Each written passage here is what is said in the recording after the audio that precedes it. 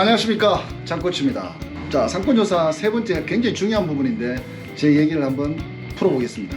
이제 세 번째 이야기는 동선인데, 어떤 상권에도, 특히 큰 상권에도 사실 어디가 메인이고 어디가 빠져 있는지를 잘 모르는 경우가 많습니다.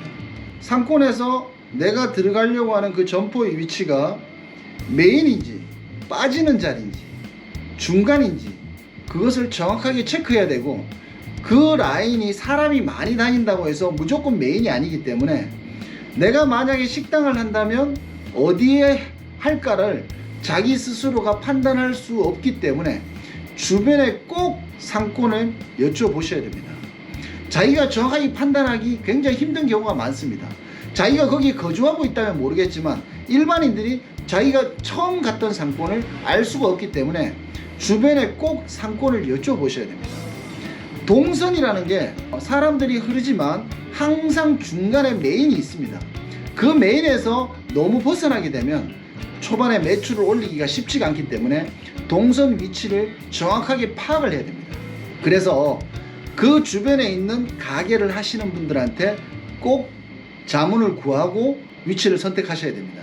그 동네에 오랫동안 장사를 하셨던 분은 자기가 만약에 식당을 하면 어디에 하겠다라는 게 분명히 나와 있습니다. 그 정보를 캐야 된다는 겁니다. 그러면 어떤 분한테 여쭤보면 좋으냐? 상권에서 오랫동안 장사했던 업종이 어떤 게 있냐면 철물점이나 세탁소나 그 다음에 문구점, 이러한 분들은 경쟁업체가 들어올 일이 크지 않기 때문에 얘기를 좀 쉽게 해줍니다. 특히 철물점 같은 경우 오랫동안 하셨던 분이 많고 세탁소도 오랫동안 하셨던 분이 많기 때문에 그 동네의 정보를 낱낱이 다 알고 있는 경우가 많습니다. 그래서 자기가 가려고 하는 그 상권에 주변에 있는 장사를 하시는 분들한테 꼭 자문을 구하셔야 되는데, 저 같은 경우는 특히 요구르트 아주머니들이 그 주변을 항상 많이 다녔기 때문에 요구르트 아주머니들은 경쟁이 들어올 일이 있다고 생각을 하지 않기 때문에 조금만 친해지면 굉장히 쉽게 얘기를 많이 해줍니다. 가면 항상 요구르트 아주머니 요구르트를 많이 사드립니다. 그리고 한 가지 여쭤보겠다, 내가 이 자리에서 이걸 하려고 하는데 어떻게 생각하냐 물어보면 또 얘기를 술술 해줍니다. 그리고 한번 안면을 두고 그 다음날 또 오고 하다 보면 친해지다 보면 더 자세하게 또 얘기를 해주게 됩니다. 한 번만 여쭤보지 마시고 항상 사드리면서 여쭤보시면 자세하게 또 얘기를 해드립니다.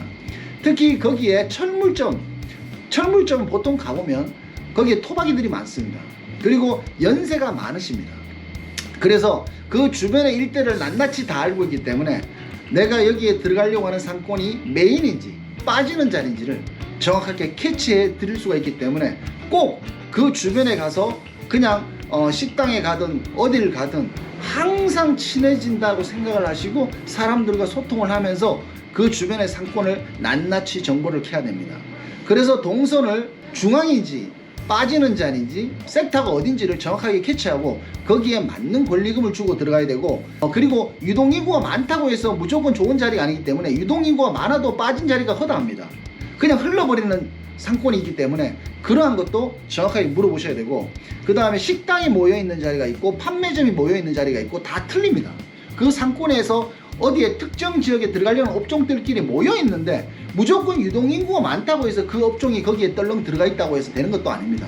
그래서 그 주변에 장사를 하셨거나 오래 했던 분들한테 식당을 한다면 어디 하면 좋을 거냐고 물어보면 정확한 정보가 나오기 때문에 동선을 그분들을 통해서 꼭 파악을 하셔야 됩니다. 자, 그리고 두 번째는 상권이 변하는 경우가 많습니다. 권리금을 특히 저렴하게 내놓거나 권리금을 비싸게 내놨는데 나중에 상권이 변하는 경우가 있습니다. 어떻게 변하느냐? 재개발이 들어가는 경우가 있습니다. 주변에 빌라가 많고 단독주택이 많은 지역 같은 경우 갑자기 1년 뒤에 재개발이 들어간다는 정보를 모르고 들어가는 경우도 허다합니다. 그래서 구청이나 주민센터나 아니면 그 주변에 있는 장사를 하시는 분들한테 꼭 자문을 구하셔가지고 이 주변에 재개발이나 개발 이슈가 있는지 없는지 그러한 부분도 꼭 짚고 넘어가셔야 됩니다. 특히 개발 같은 경우는 이것이 장기적인 개발도 있지만 갑자기 이루어지는 경우도 있기 때문에 그러한 개발 이슈를 꼭 알아보시고 문제가 있는지 없는지를 꼭 체크를 하셔가지고 나중에 인구가 변화가 생기면 굉장히 골치 아픈 일이 발생되니까 그러한 부분들을 꼭 체크를 하셔야 됩니다.